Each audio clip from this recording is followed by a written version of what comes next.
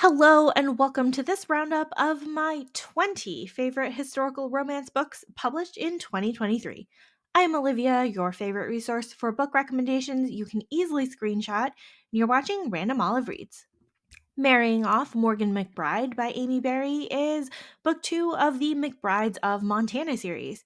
We have meddlesome little sister Junebug trying to order a mail order bride for her oldest brother Morgan so that Morgan doesn't leave her family and go on the cattle trail. Pip answers the ad and sets off with her granny to come and meet Morgan. She has been overlooked and rejected her whole life due to her plain looks, but hopes that Morgan will appreciate her skillful cooking and housekeeping skills. With Junebug's scheming and dishonesty, both Pip and Morgan are in for surprises and disappointment, despite both of their attraction for the other. When Morgan tells Pip to go home, she's defiant and says, well, she came here to marry a man and she's staying with it. He's still trying to pack up and leave town and has no intention of changing his plans, but we'll see how that pans out when he actually spends more time with Pip. This book was sweet and funny and heartbreaking in all the right places, and I'm so glad to see Pip stand up for herself. You're the Duke That I Want by Lenora Bell is book 1 of the Thunderbolt Club series. This book is a super fun Grease retelling, with Sandrine being the sheltered young miss who meets Lord Dane, pretending to be the simple Danny, at the seaside. Lord Dane is typically a scoundrel and a rake, but he is kind and sweet, and he starts to enjoy the simple things when he's with Sandrine. He leaves the seaside town very suddenly because his brother is injured, and he's concerned that he's actually going to be the heir to the dukedom. Sandrine ends up traveling to London to petition a certain duke to restore a seaside manor, and is pretty angry to find out that Dane has both lied to her and he is related to the very duke that she's looking for. She's got a new set of friends giving her a makeover, and she just keeps running into Dane everywhere she goes. Meanwhile, Dane is dealing with a blackmailer with his brother and all sorts of drama, but this one was a really fun read.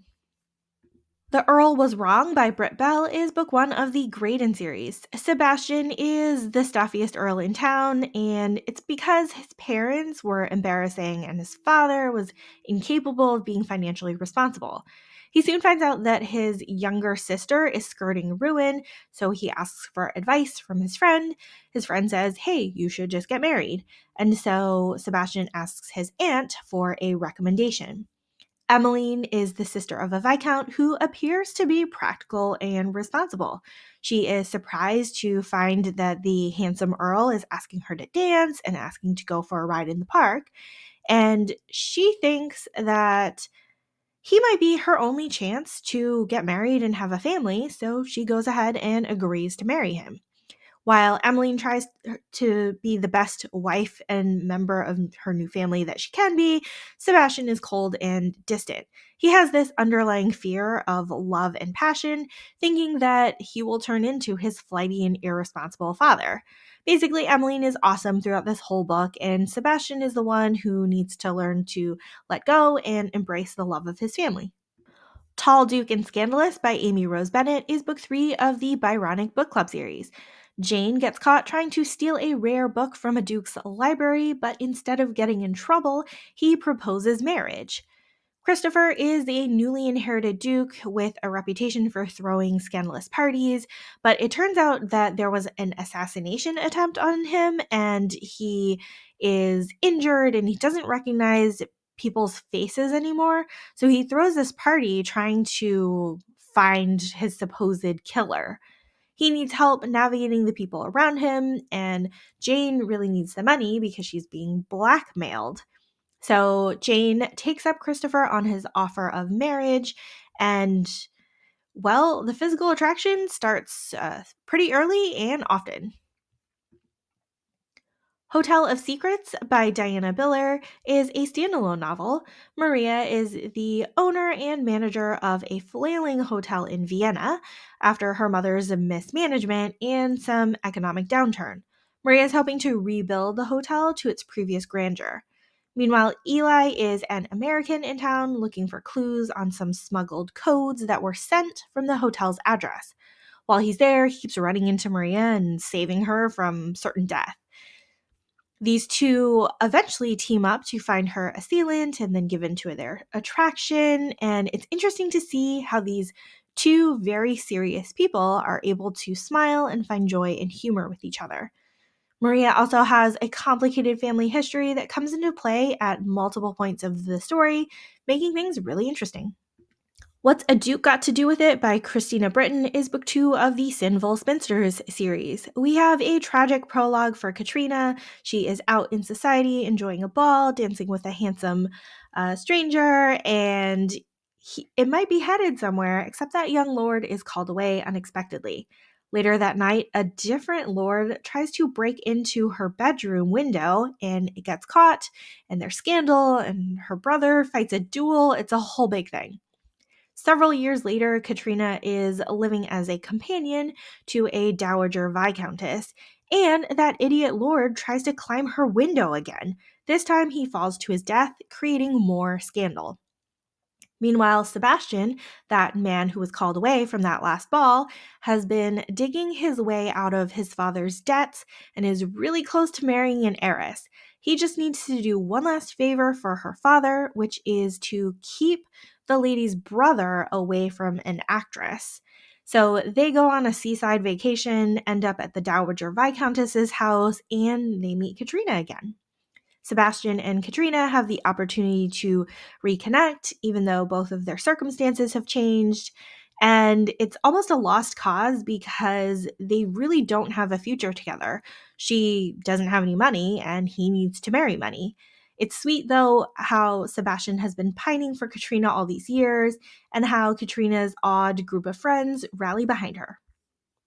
The Prospector's Only Prospect by Danny Collins is a standalone novel. We have Marigold, who is divorced and disgraced, and she sets off to marry a stranger. Her sister was supposed to be the mail order bride, but found another suitor, so Marigold takes her place and travels west. When she gets there, Virgil is angry to find a stranger instead of his bride, but he decides to take her home with him anyway so that she can keep house and take care of the kids. These two bicker and argue, but it's really clear that Marigold is good with the kids and adapts pretty well to her surroundings. This one is a definite slow burn romance with lots of missteps. Virgil's super grumpy, but the writing is really humorous, and you'll appreciate the competence from both parties and willingness to work together. A Love by Design by Elizabeth Everett is book 3 of the Secret Scientists of London series. George and Margaret were childhood friends out in the country where George was not part of the aristocracy. One summer, it seems like a romance was developing between these two, but heartbreak occurred instead. After they parted ways, George joined the army and somehow ended up an earl, while Margaret found an engineering mentor in Paris, got married, and became widowed. Now, Margaret is back in England to start her own engineering company and is in charge of a really large project, except it is funded by the nemesis of the group of female scientists that she's friends with. While George and Margaret are growing closer again and working out their heartbreaking past, Margaret's still keeping the secret of who's paying for her work, and it's bound to cause some upset. George really ends up being the more emotionally mature and politically progressive one in this relationship, supporting Margaret's ambitions and providing her comfort and humor and safety. A Lady's Rules for Ruin by Jennifer Haymore is book 2 of the Lions and Lilies series. Frances is not interested in marriage at all, so she decides to ruin herself so that her siblings will stop forcing her to attend balls and soirees. So her plan works out pretty well. The guy that she is caught kissing is off on a boat to Egypt, nowhere to be seen, and she is just living her life. She has the freedom to pursue a variety of interests without having to go to a ball. One of her experiments in charity work is going to an orphanage, and she is tutoring a young boy on proper manners before he meets an important lord. Evan is a charming and amiable earl who just found out that he has some illegitimate brother. So he goes to the orphanage to meet the boy, finds out pretty quickly the orphanage is unsafe, and so he takes the boy home with him. Frances is there as well, and so luckily she kind of smooths things over with the boy's ruffled feathers. Frances and Evan have interacted with each other before at social events, but she was always skeptical of him being so charming, and he was intrigued by her, but knowing that she wasn't interested. So it's really nice to see these two develop a friendship over Evan's treatment of his newfound brother, and then he finds even more brothers. So it was really fun to read that and then see them start an affair. A Lady's Guide to Scandal by Sophie Irwin is a standalone novel. We have a recently widowed countess who finds out that her inheritance is dependent on her being away from any sort of a scandal. The new Earl, Lord Somerton, is the nephew of her late husband and just happens to be a former suitor that was rejected when Eliza's parents forced her to marry the Earl. As a widow, Eliza finally has a small taste of freedom, so she and her cousin go to Bath. She starts painting again and basically trying to enjoy life a bit before she goes back to her parents' house. She ends up meeting the charming and scandalous Lord Melville, and at first she's trying to avoid him because of his reputation, but eventually Melville convinces Eliza to paint his portrait.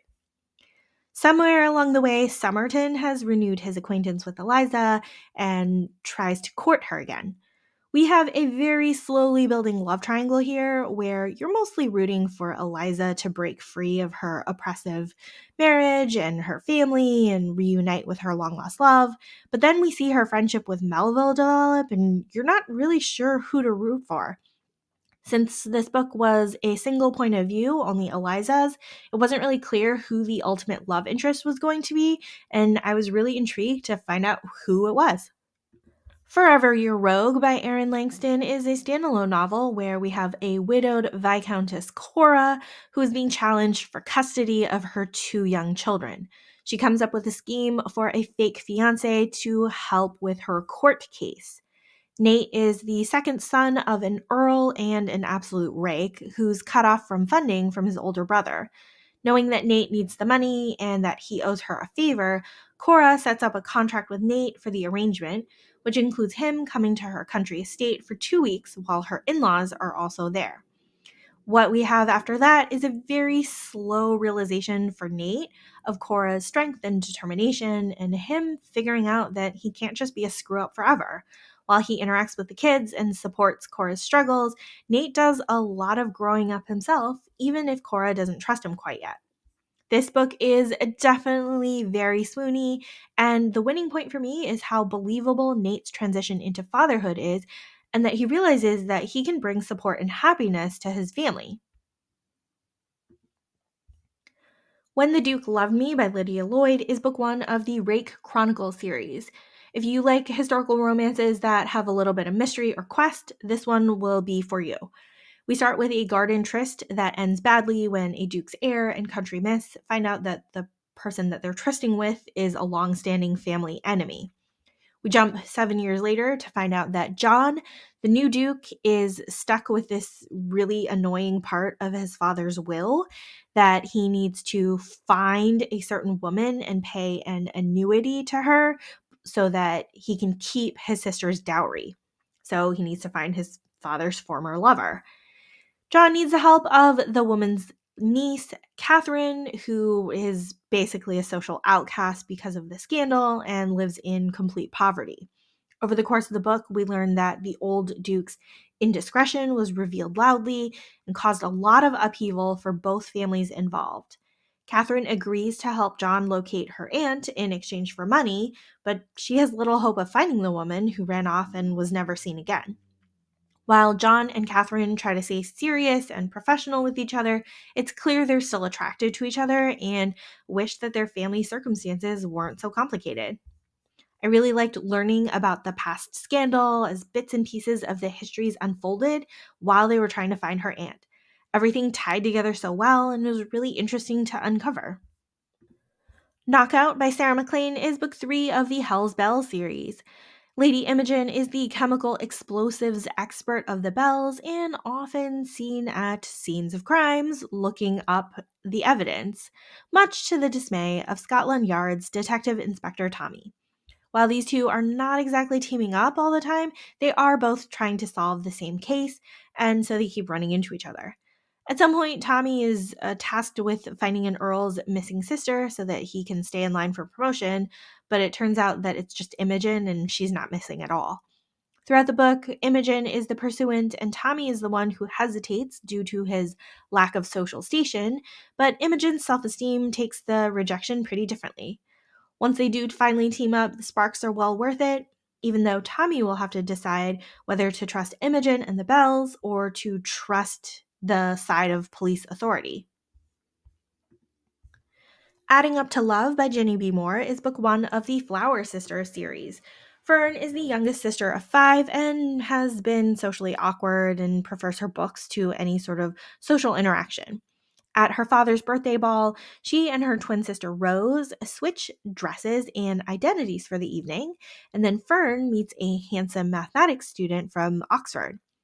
Alex has been dragged to the ball by his friend and feels like a total outsider due to his merchant class upbringing, although he's happy to spend time with the woman he thinks is Rose because they can talk about books and his studies. When he comes to call on her the next day, Fern is distressed and thinks that he won't like who she actually is, so she convinces Rose to keep up the ruse.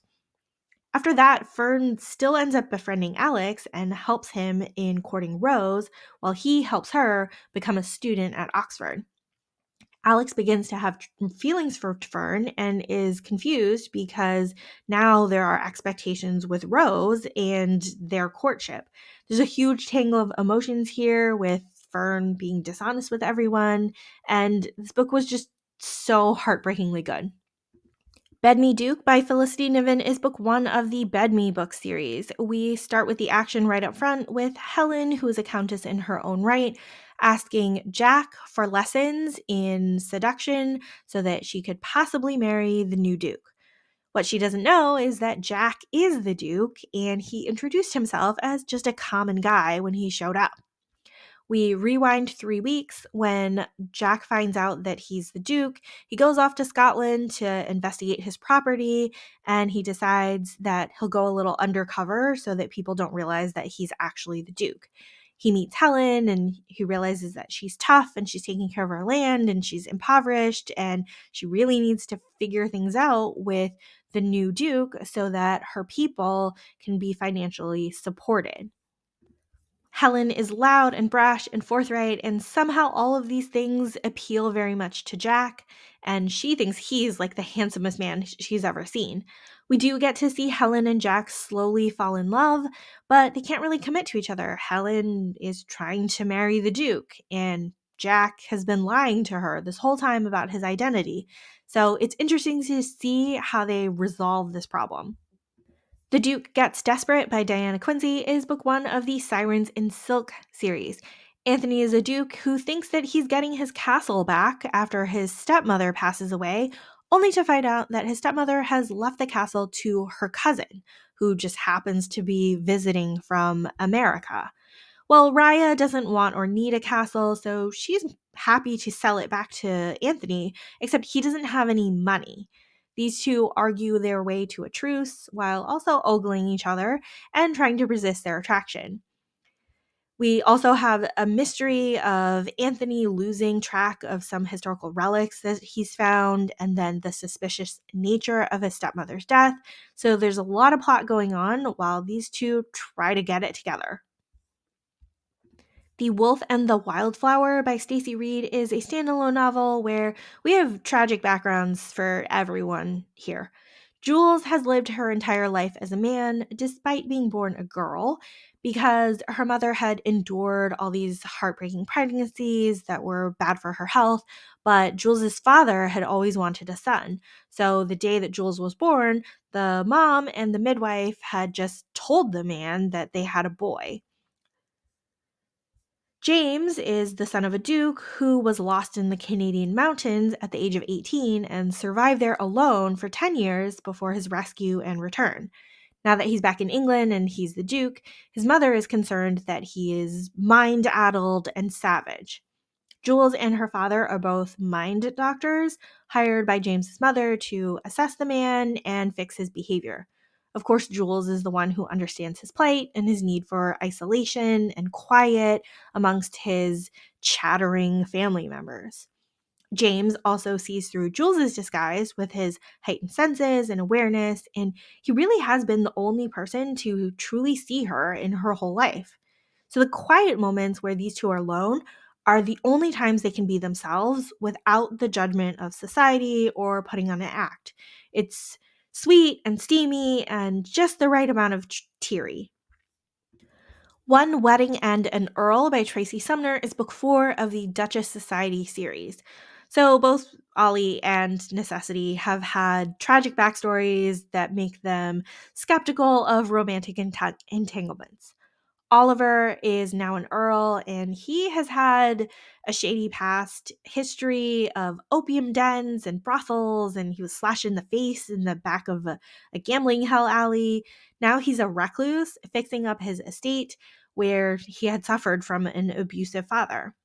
Necessity was orphaned when cholera killed her whole family, and she is working hard to be a famous landscape architect. Necessity is somehow recruited to fix up Oliver's garden, and they give in to their attraction for each other, but neither of them ask for anything more, knowing that their own personal traumas and might prevent them from committing to each other. And of course, the whole difference in social standing. These two are delightfully fiery together and certainly destined for greater things if they would just allow themselves to ask for more. In which Winnie Halifax is Utterly Ruined by Alexandra Vasti is book 3 of the Halifax Hellion series. Winnie just wants to rent a cottage and start a sheep farm, but she isn't able to secure the lease as a single woman, so she makes up a fake estranged husband by the name of Spencer Halifax to secure her position.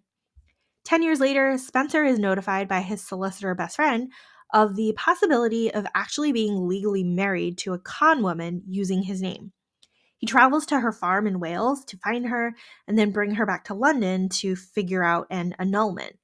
Along the way, Spencer and Winnie find themselves attracted to each other and wanting more.